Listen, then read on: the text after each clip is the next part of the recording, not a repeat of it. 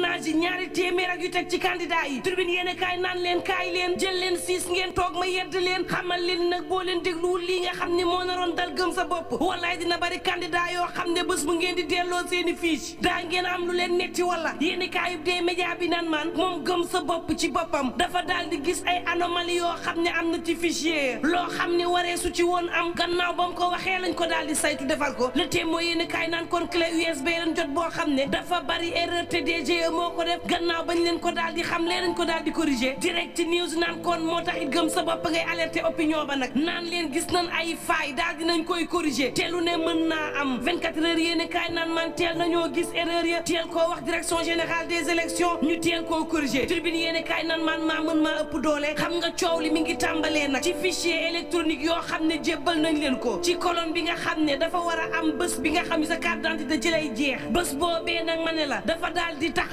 ci carte d'identité yi nga xam ne 2016 la tàmbali jëm 2024 loolay wane ne laata élection présidentielle yi bépp carte d'identité boo xam ne fichier ba mënoon na ko defar day daal di jeex carte d'identité yu jeex yi lay doon dootul valable ci fichier bi nga xam ne dañ koo imprimer jox leen am na tur ak sant ki nga xam ni moom mooy parrainé te lépp nag ci benn trait la daal di nekk waaye ci clé USB ban leen jébbal ñaari identifiant lañ war a def ci ñaari colonne yoo xam ne bokkul Mamadou Gueye gis ne dugg ci fichier ba daanaka dafa jafe woon mu daal di koy xamal waa direction générale des élections waa grand place naan mar daar bi nga xam ne xamal nañ leen ni mbir mii dafa am ay faay waa direction générale des élections dañ leen xamal ni dëgg la daal di leen di jébbal beneen clé waaye tam yeneen i fiche yoo xam ne wuute na ak beneen lii nga xam ne nag moo bëggoon dal Bougane gars yi naan mën naa dal ñeneen ñi nga xam ne ay candidat lañ ci élection présidentielle yi xool leen bu baax clé USB yi nga xam ne waa direction générale des élections jébbal nañ leen ko ndax nag à tout moment ma ne à tout moment lii dal ñii mën na leen dal ngeen dem ba joxe seen i parrainage kese des ca ñu gis ne nag borom carte d'identité yi ma ne la seen i carte d'identité dafa jeex mënatul wote wala it ñu defal leen ñaari colonne yoo xam ne ci benn dong la mënoon nekk ngeen dem ba foofu nag ñu ne leen seen i parrainage baaxul tàbbi na géej ña ngay alerté de turbine yéen kaay naan man ña ngay alerté nañu bàyyi xel bu baax a baax ci lii nga xam ne nag moom moo am ni ki démb ci direction générale des élections te bu ñu ko corrigé wul woon mën a gàntal ay candidat ci li direction générale des élections ne du jox fiche de parrainage Ousmane Sonko maître Doudou Ndoye naan wareef la ndax nag laataa muy joxe faaw mu gëm ne Ousmane Sonko turam dugaat na ci ñi war a wote ci réew mi te loolee liggéey ay avocat am la ak ña nga xam ne ñoo ko jege nan jaagar